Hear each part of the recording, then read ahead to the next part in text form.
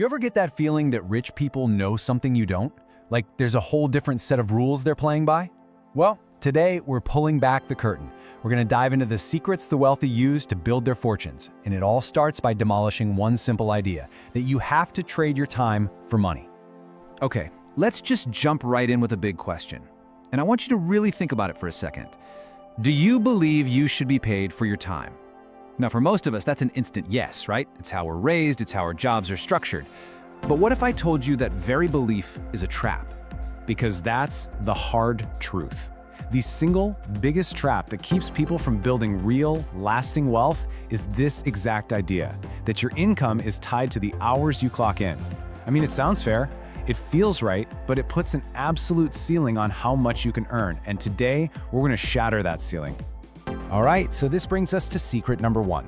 And honestly, this is the most important one of all. It's not a strategy or some financial trick. It's a complete and total shift in your mindset. So check this out. On one side, you have the belief most of us know. You get paid for your time. Your focus is on the input. How many hours did I work? But the wealthy, they play a different game. They live by the law of income.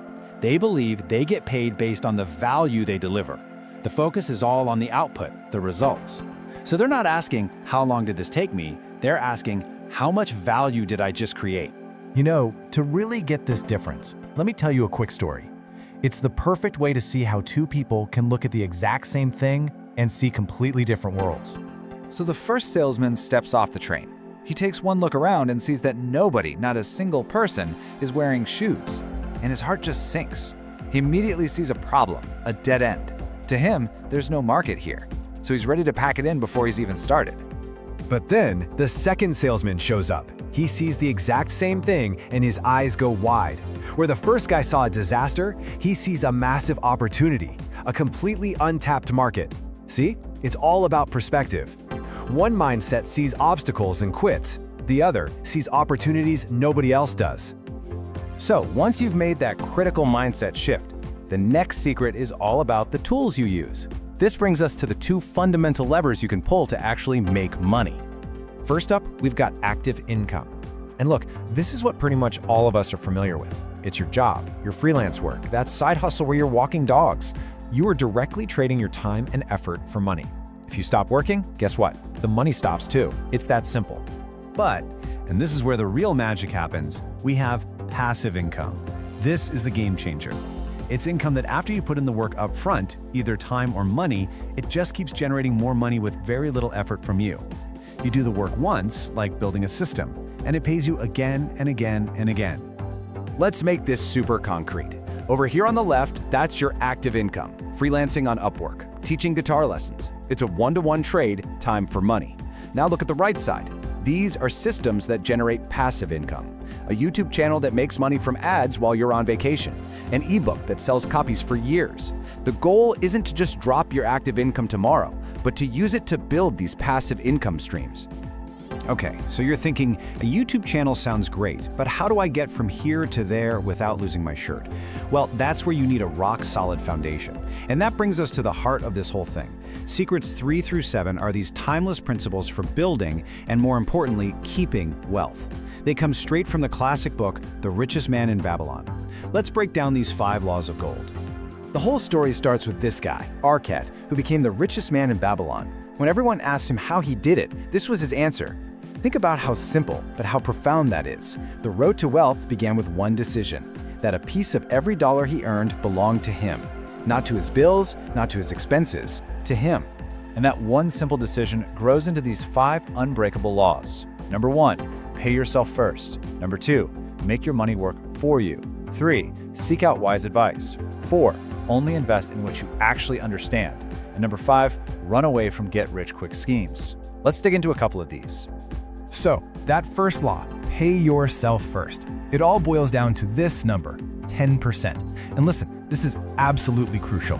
Before you pay rent, before you buy groceries, before a single dollar goes to anyone else, you set aside at least 10% of everything you earn for you.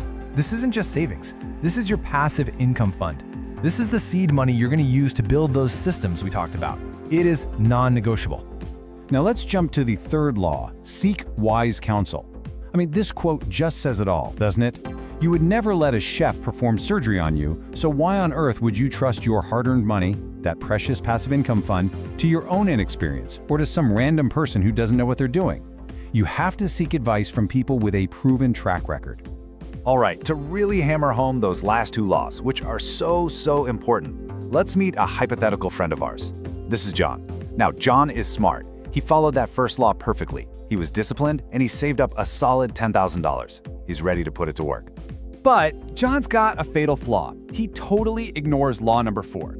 He hears a hot tip from his buddy about some new crypto coin. He doesn't understand the tech, he doesn't know the business model, but FOMO, the fear of missing out, is real. So he throws his 10 grand in, and as you can probably guess, he loses most of it. So now he's panicked, right? And this is where he makes an even bigger blunder. He violates law number 5. He decides he's going to win it all back fast. He tries to force his money into impossible earnings. So what's his brilliant plan? He's going to Vegas. He's chasing a fantasy, not a system, and just like the law predicts, his money flees from him. Look, John's story is a classic cautionary tale, right? But the principles he ignored, that's your roadmap. Your path to financial freedom, to building actual wealth, it doesn't start with some lucky break. It starts with a simple decision and then a first step. Let's just end on this powerful idea from the book. Building wealth isn't some mystical secret. It's a law of nature. Gold, wealth, it flows to people who consistently practice this one simple habit, setting aside a piece of what you earn to build your future. It was true in ancient Babylon, and it's just as true today. So, after everything we've gone through, from changing your mindset about money to understanding these ancient laws of gold, the question really isn't if you can build wealth. The only question left is, what is your first step going to be?